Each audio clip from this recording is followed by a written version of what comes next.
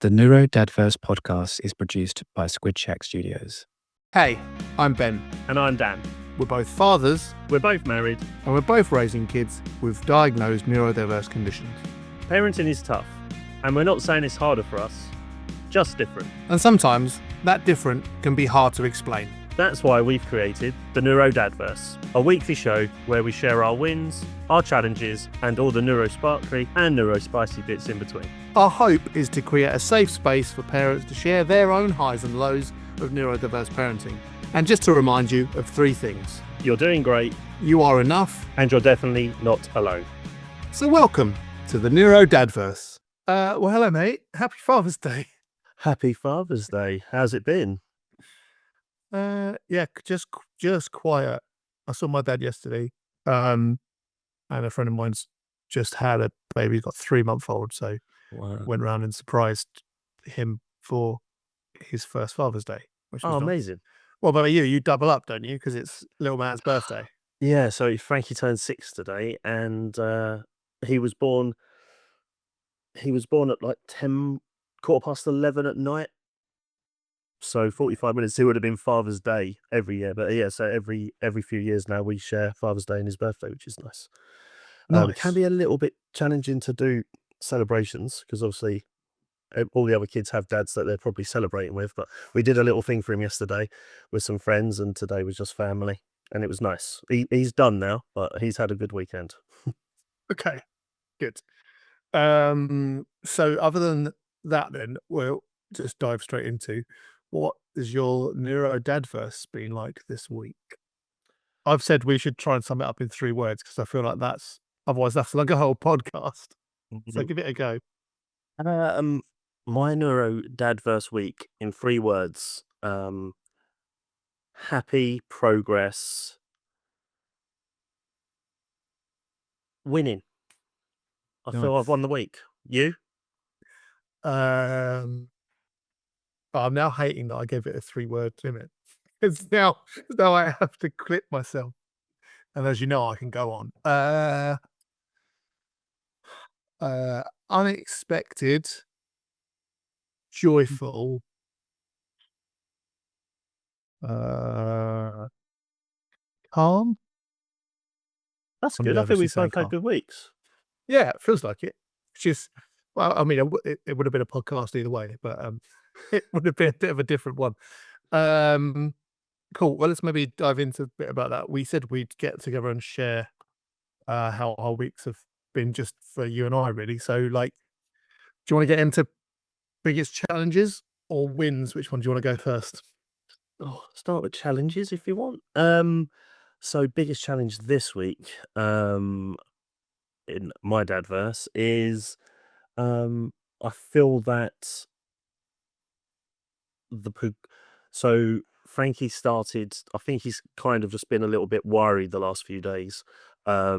Usually her pattern, when we do like lots of exciting things or like multiple days out or having lots of people around, a couple of days later it kind of comes out of Frank. He starts to have like a really tired day, maybe a bit emotional or whatever. So I feel like the last few days it's starting to come out from our holiday. We went on holiday 2 weeks ago and then we've come back. Okay. And it was our first time flying, which was great and all that.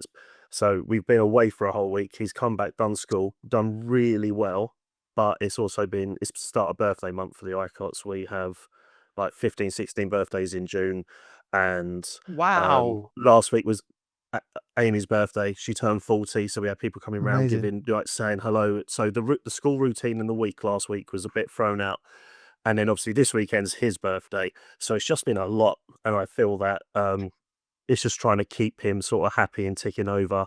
Yesterday he didn't really want to go out for his party with his other friends at the Right. Sen Gym. But yeah, it's just been trying to keep him happy whilst trying to How keep. did you? So, in terms of that transition, did you manage to get him to the Sen Gym thing? Yes, so eventually usually we try not to do too much first thing in the morning. Like Frankie's an early riser, he eats early. Well, by 11 o'clock he's like a hobbit. He's had like 3 breakfasts, and I normally wait until about 40 minutes, half hour before we go out to get him ready, because he's very much like, once he's ready, he wants to go. So there's no point in getting ready at 8 if you're not leaving till 11. So we did that, but then it kind of backfired a little bit this week. Like, he just was looking at us like, nice, I don't want to get dressed. I don't want to go out, in his non-verbal reasoning communication skills. So we're like, no, baby, like today it's actually really important because it's about you, and, there's people that want to see you. And after a little while, normally what a trick that we do is, if all else fails, we just go put our shoes on and put his shoes out, and he looks at us like, oh, we're going out, and then he comes over and he'll get dressed, and he's really cooperative and willing and whatever. But I feel like he was tired yesterday, and he probably could have done without the gym, but it was obviously his birthday weekend, so How thought- was it? Sorry to cut you, but how was it when you were there? yeah, he was a little bit different. I think when he turned up and he sort of saw more people than we normally do, we've got friends that go there, like other SEND children and Yeah. parents that we've met at groups and made friendships there. But we invited some of his other friends that are with some of their children are neurodiverse or have neurodiverse Yeah. qualities, but they don't go every week. So when he turns up and he sees like some of the family and the close friends, he's like, oh, this is new. But then obviously it's exciting, but it's also new, and he's already a bit tired. Yeah. We like using the Coke can analogy, like the shaking your Coke can and it just erupts and you have a meltdown. Yeah. Or I liked the spoon theory one as well, like how many spoons or whatever. But I felt like he already went out kind of like half shook. Yeah, So okay. he did want to spend a lot more time in the little eating area eating, which he does anyway. But he just Yeah. was going out there to be quiet and calm, which is a really good thing because he's trying to regulate himself. Just takes a lot out of you and Amy though as well, and I think that it's important to.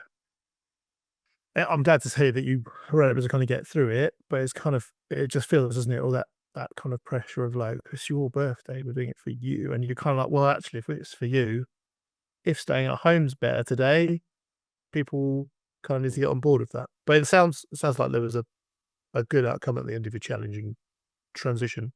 Yeah, I think they've just changed the timings. It's one of those. They change the timing every 6 months, so you get into a good routine. It's later now. It's half an hour shorter now. They've made it a little bit cheaper. So I think that kind of worked in our favour. If it was like the full 2 hours, I think that might have been too much. But yeah, I think we just got through enough. He was up late, but he had a really good sleep. Woke up today early. He's had his bath. We've had an early bath. He's now downstairs chilling. I think we've got away with it. Well, And we'll just have to see how the rest of the start of the week goes. Nice, cool. Well, I'm looking forward to your bath rating at the end of the podcast. We'll do those. What about you, sir? My biggest challenge. I kind of there was just some unplanned stuff this week for Oscar.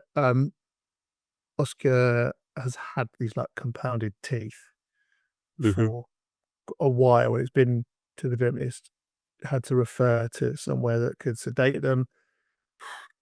It's back and forth, trying to work out when that was going to be. They have like an 18-month waiting list. So we went back to the dentist just to see what they could do. They'd moved to whatever, not a dentist.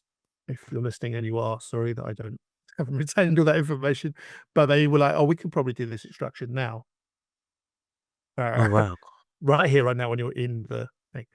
So there was a lot of anxiety. Laura went with, it was straight after school. So they had a lot of anxiety about it. We're kind of shaking in the chair, I think. But I think they managed that actual process quite well. They've become quite good at understanding I need to lie there and someone needs to clean my teeth and get inside, which is like amazing considering that they're 13 and they can handle that level of kind of sensory interaction.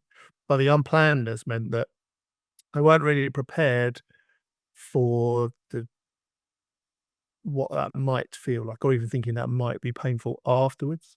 And so after, when I was home from work, they were just really unraveled, and lots of kind of stomping up and down the stairs, lots of like kind of calling out, but not really being able to verbalize what they would like and help. So it was the challenge was us, Laura and I, remaining calm and just offering what can happen. It's tough because what you're doing is kind of not, you can't stop that pain. You can do little things to help. And when your kid's kind of crying and stuff like that, and it because of one of the things that we know with Oscar's autism is that his emotions become really pronounced in pain. So he's kind of experiencing it and showing you that as a 10, as I'm sure is common for lots of neurodiverse people. But knowing that that is the case, you still want to go, yeah, but I can still help, But we got through, but it was just like a long run of it. Most of that evening was tough, but the next day, like, it no longer hurts in the way it did yesterday. It's just in that moment it was super challenging. No, interesting. So I suppose a lot of people would be happy that they can turn up to an appointment and just be like, yeah, we can have this treatment now, as opposed to a long wait. But one of the challenges neurodiverse people can have is that's not as great as it sounds. Don't listen. You just like, so Oscar's 13, Frankie's 6 today, and the what I have felt on that journey was you just get a new set of challenges along the way.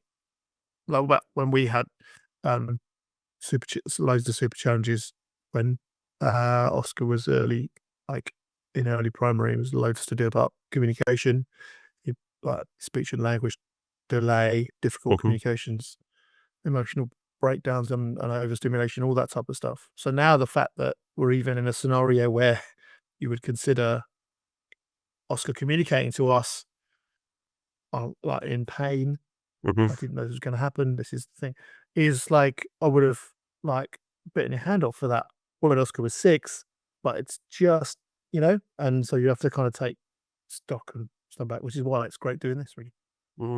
It's nice to know. And Barney's doing okay now? Yeah. We're all right. We're all right. And I look towards the door. All of a sudden, you might eat something that gets stuck in there. But yes, I mean, the dental hygiene journey we have been on has just been tough. Like, I didn't want to get anything involved. And it's only really been in the last 2 years that we've been able to get some sort of dental hygiene routine for them. Which is, that's you just like balance the wins out, but you just like, well, I've been able to like help you with your self-care and get yourself like washed, and then hair washing's another. So, but yeah, we are through that challenge, but it was tough to listen to, for sure. No, yeah, Frankie is. I mean, he does clean his teeth a tiny bit. I'd say it's not proper, but he loves the toothpaste. He just doesn't know what to necessarily do with it. So we give him a toothbrush and he chews it, and so he kind of cleans a tiny bit, a little bit of brushing. Never going to be good enough for the dentist, but he does a little bit. But most of the time he's just sitting there like sucking or licking off the toothpaste, and we're But like, when you maybe say he can we likes just try? when you said he likes the paste, I'm assuming you haven't had like a smearing situation. No. He's actually, we have to hide the toothpaste at the moment. So he stands in the bath and he points and he's like, okay, we'll do it. We put it on, and then sometimes he tries to, when he just walks into the bathroom and he'll just get the toothpaste out to try, and I'm like, no. So we now have to hide our toothpaste. His toothpaste we leave out a little bit because at least it's not as. But maybe that's where we're going wrong. Maybe we need to start moving him away from like to more adult flavored. But then if you don't like the taste, then he won't clean his teeth at all. It's like a really difficult balance on, okay, this one tastes like strawberry and smells like strawberry. We are 1 year into it being adult flavored toothpaste. It was strawberry toothpaste for ages. Right. Okay. And I'm going to cut you. You're not going wrong. You're just doing it. And any type of toothpaste is just what you're needing to manage, Yeah, whatever works. Of course, yeah. Whatever works in that scenario. Yeah. Do you want to move on to wins? I wouldn't mind. Go on Why then. don't you Well, go first? all right. So I went to see one of my favourite bands this week, right? And it was an over 14s gig, so I could take my daughter, and I thought that was going to be our biggest win because it was like great. I've been playing them to her for all of her life, pretty much, singing slowed down versions of their songs, there's lullabies and all that type of stuff. I was like, oh, it's going to be this. This is going to be what win of the week. Can't wait to sit and meet and talk about it on Sunday with Danny. And it was great. We had a wonderful time, and we had a huge sing song. She went off down the front because she's young and I'm old. But it was mainly people my age, so it wasn't pretty. It was a busy one, but it wasn't raucous. She came back after 3 songs. It was great. We had a big hug. But that wasn't the win. The win came out of nowhere. I happened to not be at work. I was able to take a day. And so I got to drive Oscar to school. Normally gets transport.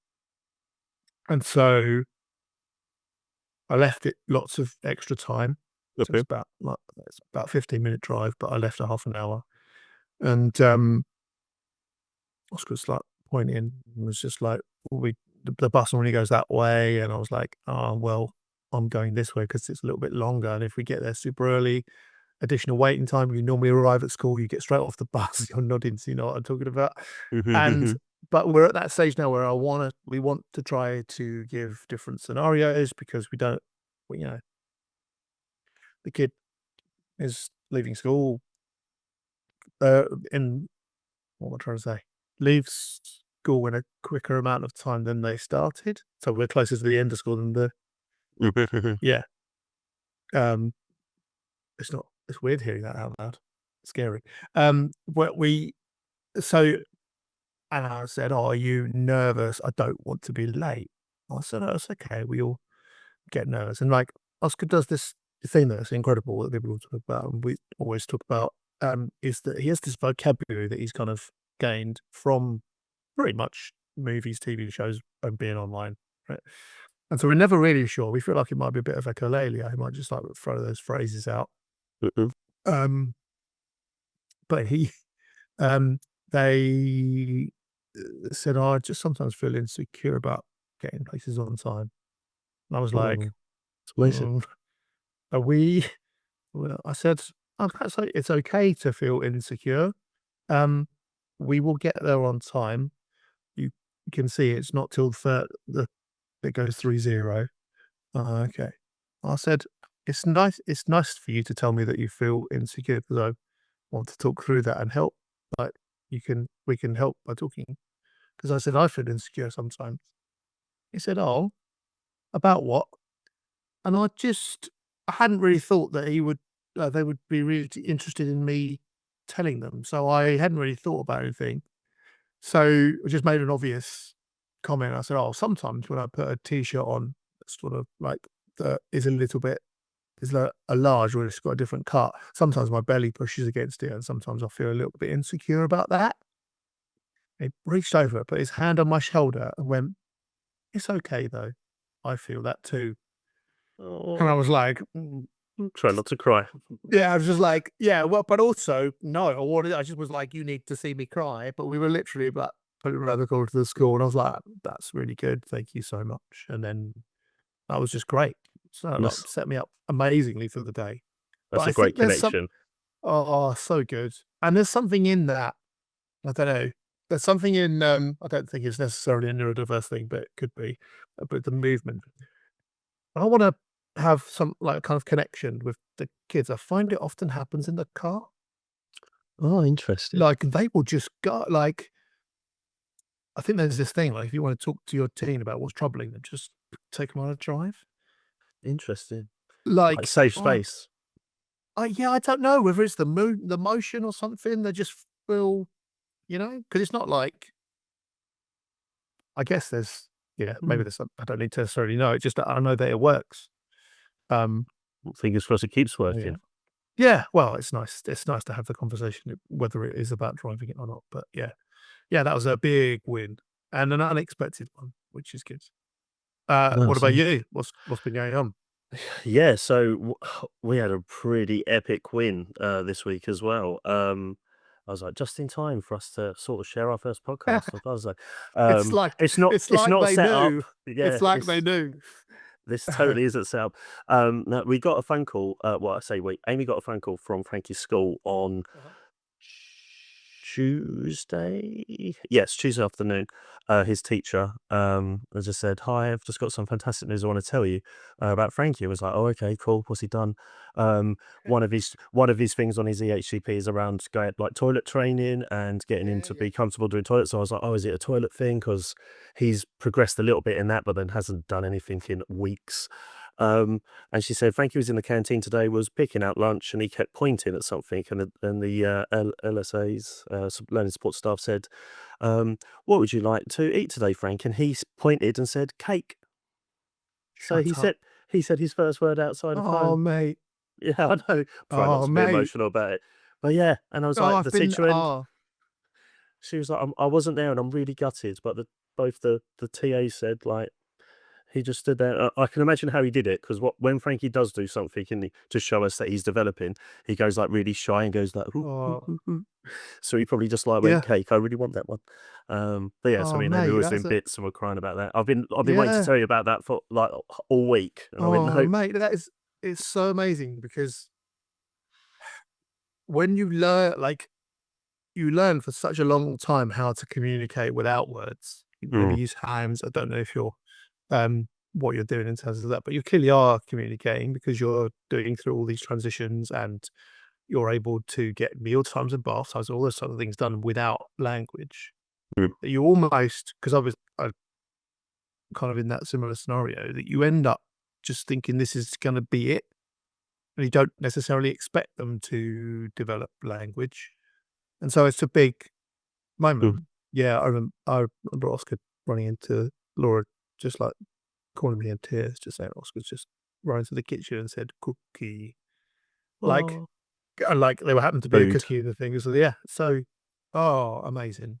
But you I, know I what's also lovely is that you were like, school's called immediately. Oh no, I imagine Amy was thinking that, and she started to tell you the story, and you were like, oh no, and then you immediately went to, well, there's only, I don't know, 3 or 4 goals on the HCP or like the areas of like that we have to review. So it's got to be one of these for them to tell us. And then it was like something mm. else. Completely unexpected. Yeah, and as you say, it was just unexpected, like amazing milestone. So technically, that's his second word. He Yeah, did actually nice. say "mum" when we were all sitting down for breakfast a few months ago. Now it would have been. Me and Amy were just chatting. He was watching TV. We have a TV in our kitchen that he can watch Uh-huh. while he sits there eating, and he just sat there and went "mum" like really loudly, and we were both Amazing. like, I think he just It's said mum. Did amazing. he say mum? And then he just carries on like absolutely nothing's happened, like cool as.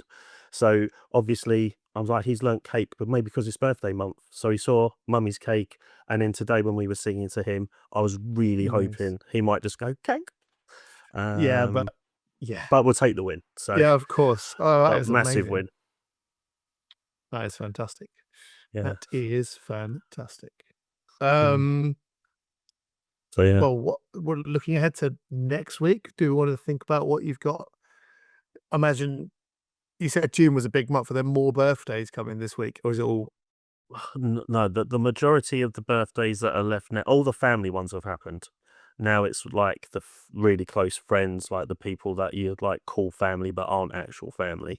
okay? Um, there shouldn't be any breaks in our routine now. There shouldn't be people coming over to see us because Yeah. that bit's kind of done. It'll be more maybe us going to see them at the weekends.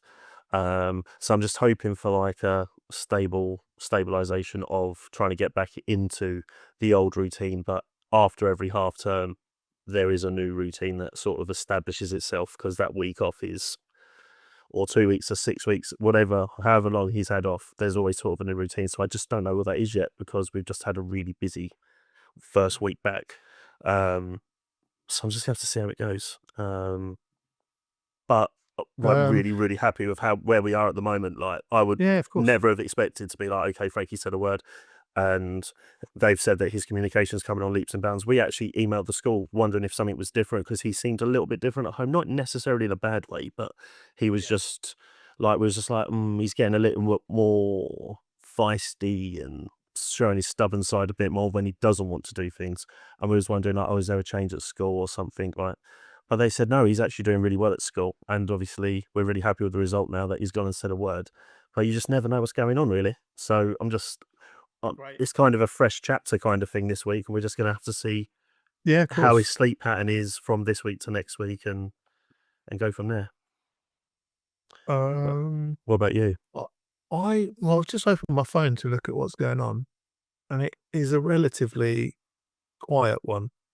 Okay. Although we tend to try not to use that word because my wife's a nurse, and they say don't say the Q word in emergency nurse care. Yeah, I don't know what it holds. I think it's the last like formal teaching week for year 9 for Mabel. Okay. They then do like a they go into like 2-3 weeks of like year 10 prep. So I guess there'll be I think she's got some sort of like passing through or like graduation type end of year 9 ceremony. Oh, nice.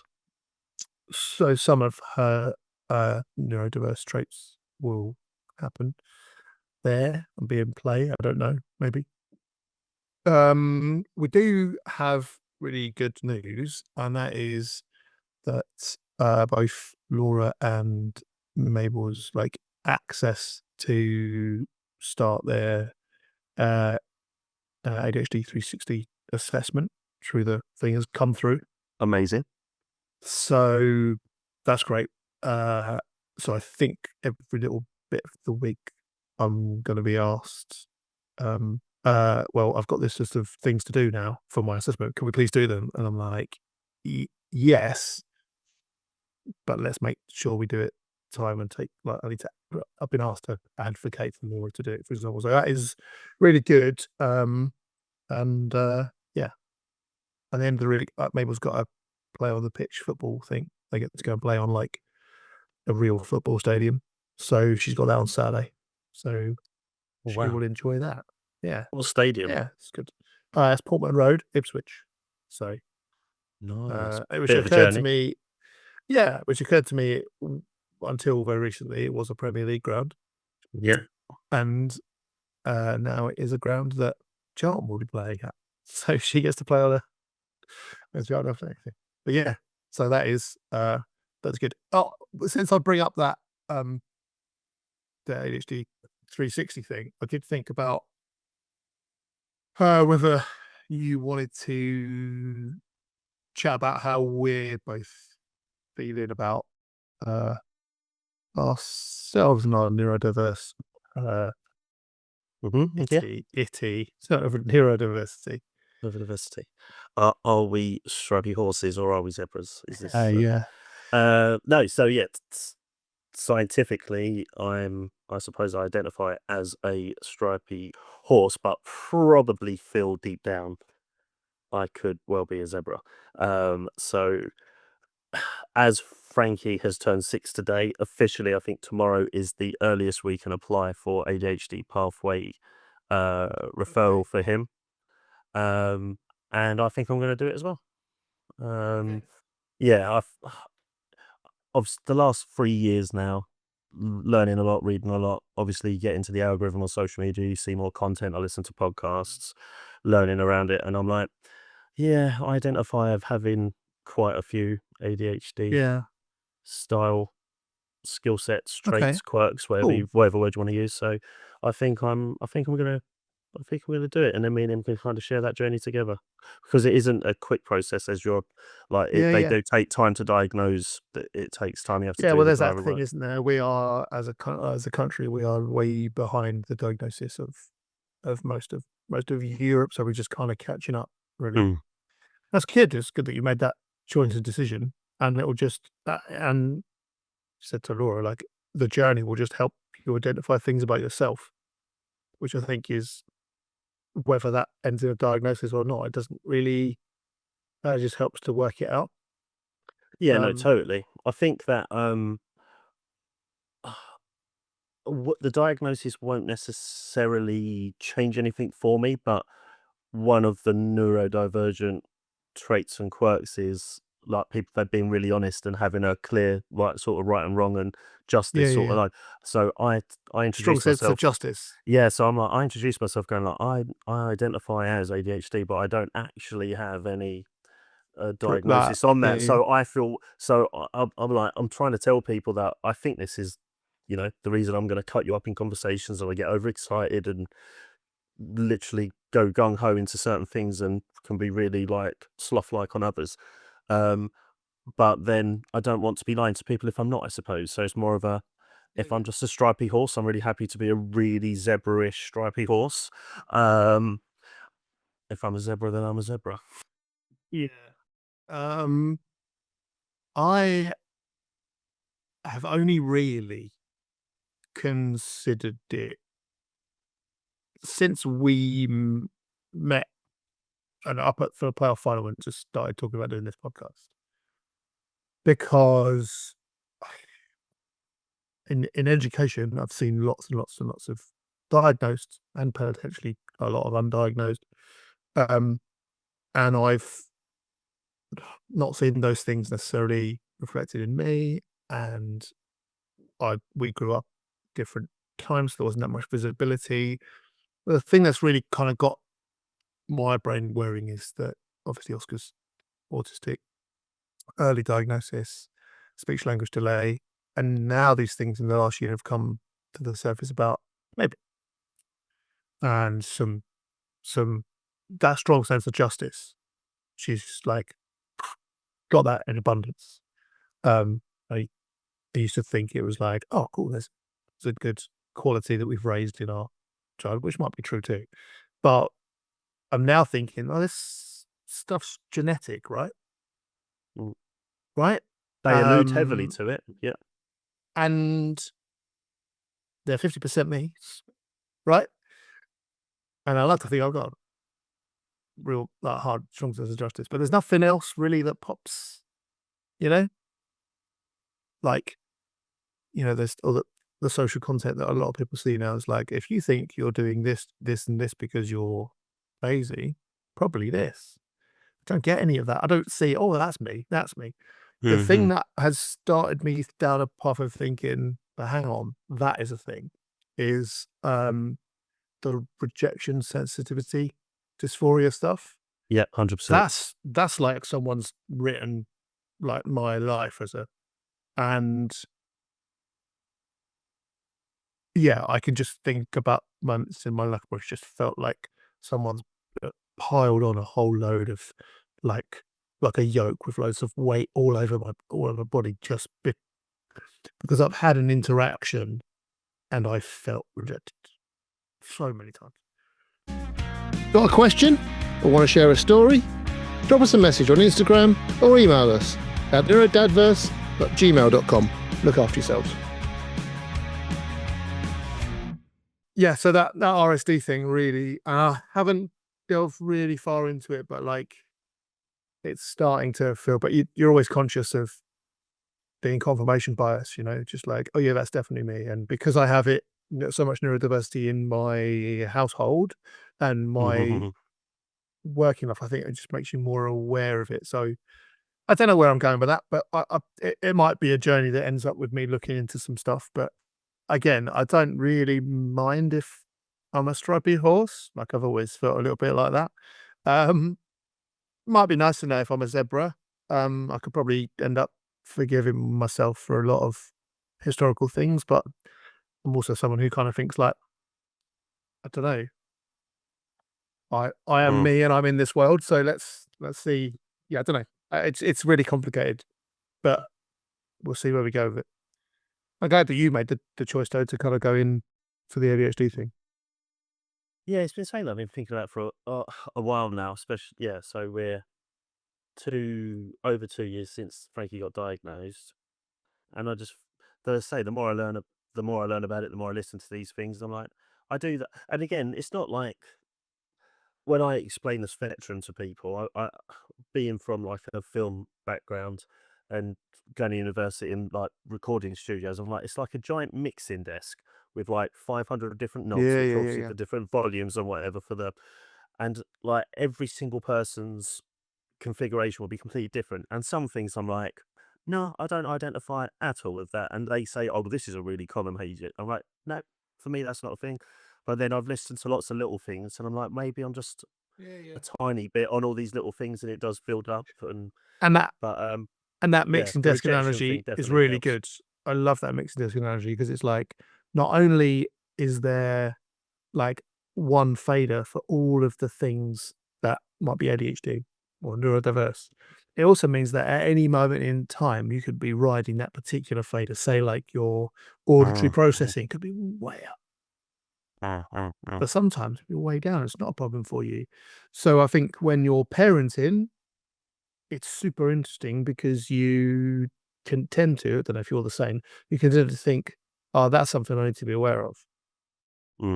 So we were like full ear defenders on Oscar for a long, long, long time. It's just not even, it's just not even, I'm glad it's not even a thing for us now. Like, Amazing. very rarely, like, we wouldn't consider taking ear defenders now because Oscar's just, will self-regulate, right? No, that's amazing. I think Frankie would But really that's the thing benefit from that's him. the thing I but- didn't think. I thought, oh, Mm. my autistic son's gonna always need this thing, you know? Mhm. So a bit like the language we were talking about earlier. But so yeah, Mm. it's good. Yeah. Do you want to do bath time ratings? Yeah, okay. So for listeners, we record this in between when you've done Frankie's bath. Or hopefully done Well, Frankie's bath. yeah, there's no no. Yeah, the plan is to give Frankie a bath before we record, and I'm about to go and do Oscars. So self-care, as we've talked a bit about the toothbrushing, is still something which Oscar finds a real challenge. So we just have to, I just have to be alongside him. But they also want their privacy because they're 2.5. So we are navigating a lot of stuff there. And it can be, yeah, I've taken to the scenario of asking them like, how did you feel that was? And they can rate it out of 10. So I can just about remember last week's. So do you want to go tell me how birthday, Father's Day bath time was out of 10 for you? So I think I'm gonna give it an 8. But as you know, it's such a simple question. One of these skill sets, abilities, quirks, whatever. I am applying like 5 or 6 different criteria to try and come up with this Okay. system. What's So all right? I'm gonna go with 8. Maybe before we start a spreadsheet, as an aside, how do you feel about spreadsheets as a document? By the way, just generally. I don't mind spreadsheets. Okay. What I do like about spreadsheets is color coding. I'm very much the sort of visual. Okay. So I like that if I can change font sizes and colors. Okay. Maybe it's Um, teaching. Maybe it's neurodiversity. Who knows? I Yeah. I viscerally hate them. I don't know what it Oh, is. really? Yeah. But I don't know. I what it don't is. use them every day, or I don't use them a lot. Yeah. But when people go, I have a spreadsheet. I'm like, I'm not opposed to it. Okay. But I'm Yeah. not a I'm not maths gonna. genius with the. I'm not gonna ruin someone's day. But it's something that makes me. Yeah. It's not my skill set, so I think I'll run from it. Anyway, sorry. Yeah. So before we even start thinking about the things, we probably need to chat about what our criteria are for it. But like, what would make you up at an 8 then? So, I suppose are we talking about my criteria or just why I think it's an 8? It's a new format, and I don't know. Okay, so I'll share my logic Go on. on how I approach such a simple question with such extreme complexity. So, with our situation, I'll take into how long did it take me to get Frankie into the bath? Okay. And today wasn't very long. It was actually quite quick, so that was a big win. How long was he in the bath for? today wasn't in it for the longest time. He actually abruptly just got out and just like dripping wet and caught us a bit off guard. So he had a little bit of tidier. Fine. But was it peaceful? Yes, it was. So it was a short but peaceful. He did wash his hair. He did like have a body wash over. So it just wasn't particularly long. So that was a win. And then yeah, like how nasty or energetic slash calming can it be? It made him more calm than I'd say more energetic because I think he does have a lot of like skin sensory things. He loves water. He's always liked playing with water, touch water, loves being in the swimming pool, loves going to the sea sort of thing. So it can be we can put him into a bath tired and he can come out buzzing. He can also go into a bath buzzing and come out really calm. So I'm giving it an 8 because he was quick to get in it. He had a good wash. He wasn't in it for the longest, but the idea of a bath is you want us to be clean, and he came out quite chilled. And he allowed us to dress him and apply his cream because he gets really bad eczema. Like Okay. in the heat, he gets really bad, not eczema, sorry, he gets like really bad heat rashes. Right. So letting us put the cream on to do that. That's why I'm going to give it an 8. There.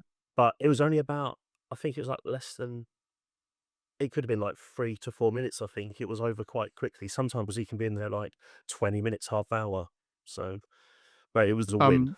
I'm giggling because I'm going to give you my rating from last week, which was a 5. And it was quite a calm bath. But my criteria is at the moment, like, it would be a 10 if it was fully independent. Okay. That's fine. So that's a challenge for a number of reasons. I don't think we should get into the weeds of like the specifics of what's difficult about bathing your child, but like I want them to be independent to do the things, and there are a bunch of things that Oscar either just doesn't want to do. They're a teenager, and that's quite typical. Sometimes when they bat against me for what they don't want to do, I'm half like going, "Oh, I'm glad," because teenagers are supposed to do that.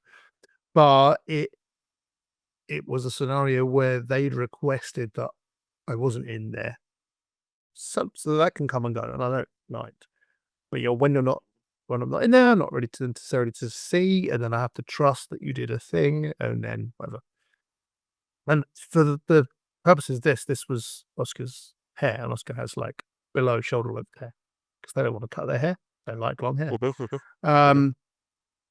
And so I wasn't really able to see that they'd done like shampoo and conditioner. I wasn't able to see that they'd rinsed or combed through the conditioner. Okay. And however, it was only, I say only, sometimes this process, I'll be quite straight with you, can be 3 hours because they like the sensory being in there. They like the warmth. And they like kind of swimming around. Like I said, so it's all sensory. So it was only about an hour and a half. But the reason I wouldn't give it higher than that is because when they got out, they asked, is mum here? And it's like, okay, but I'm doing the bath. I normally do it. Laura often gets like kind of overwhelmed by the heat and the need to just do a job. I need to get it done. One of Laura's least favorite places to be is a swimming pool changing room because it's the like heat and the like organization. She's got to get out of here. So I said, okay, it's not often that we kind of switch roles, but okay. So Laura's like, yeah, I don't mind. So we switch roles. I go down and do food or whatever. And it turns out that why Oscar wanted to do that was because Oscar hadn't really done a thorough hair. So, so that kind of caused a bit of a tension. It was like, well, you really need to be. We had a bit of a chat about like, you need to make sure that Oscar's doing this. I was like, yeah, but then equally, long term, Oscar's going to know. And then obviously he kind of half manipulated, like, I don't really want Dad to find out I didn't do the hair properly. So it was just a bit of a one. But I'm about to go and do another one. So, aiming for a 6 and aiming it to not be 3 hours, but hopefully be 1. But we'll get through. And the fact that we're even, like I said, it's a bit like the dentist.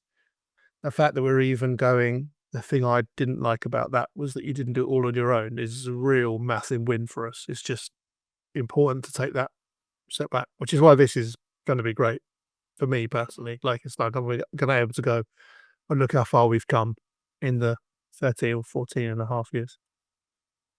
Yeah, which Amazing. is something. Yeah, I think that is one of the other things as well. Would be, and I suppose just being a parent in general. But whenever I discuss parenting, obviously my normal is I've got one neurodiverse child, so I don't know what it is like to not parent a non-neurodiverse child.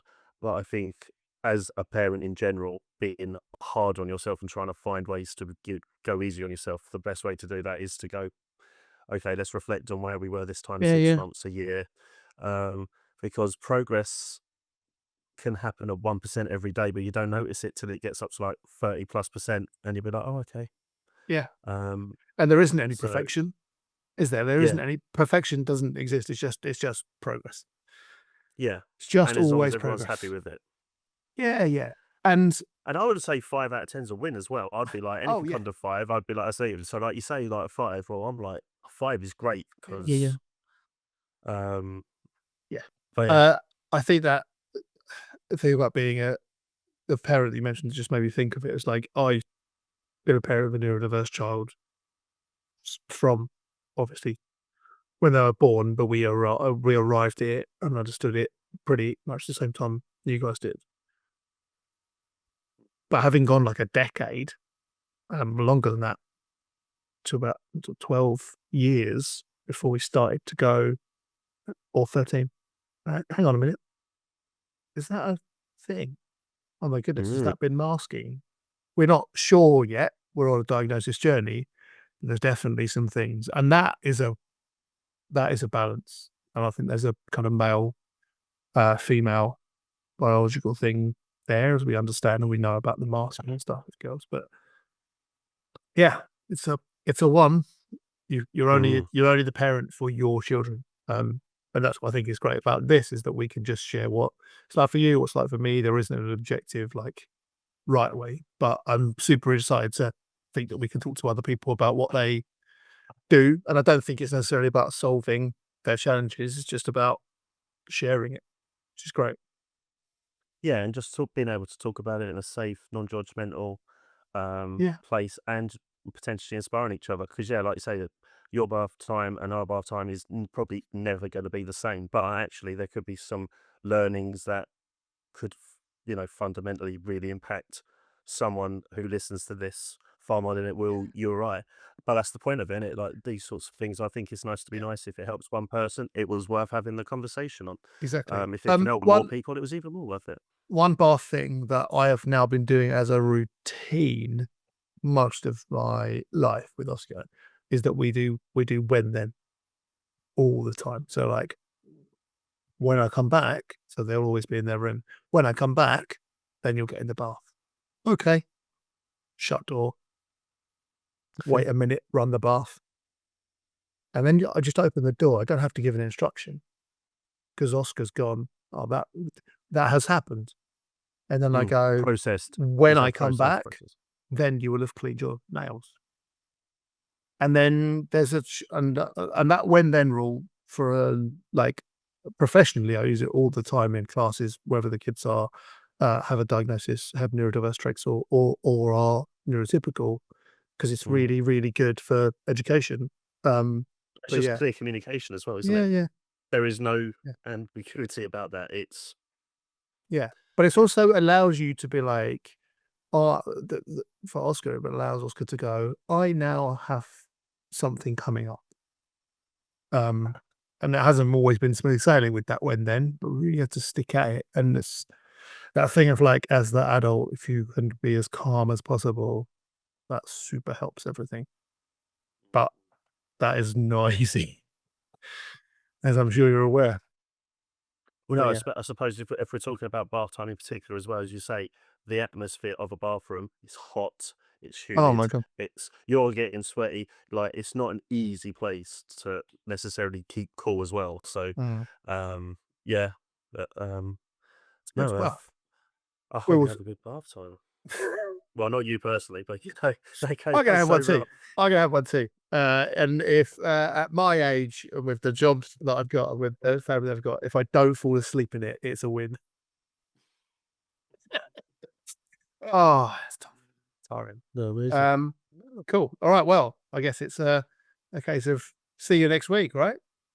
Yes. See you next week, mate. And I look forward to hearing your wins and talk through some of the challenges we've had as well. Yeah, nice. Have a good week in your NeuroDADverse. That's about it for the NeuroDADverse. We'll be back next week. If you laughed, cried, or nodded in tired agreement, don't forget to follow us and leave a review. It helps more parents find us. Just remember, you're doing great. You are enough, and you are definitely not alone. Got a question or want to share a story?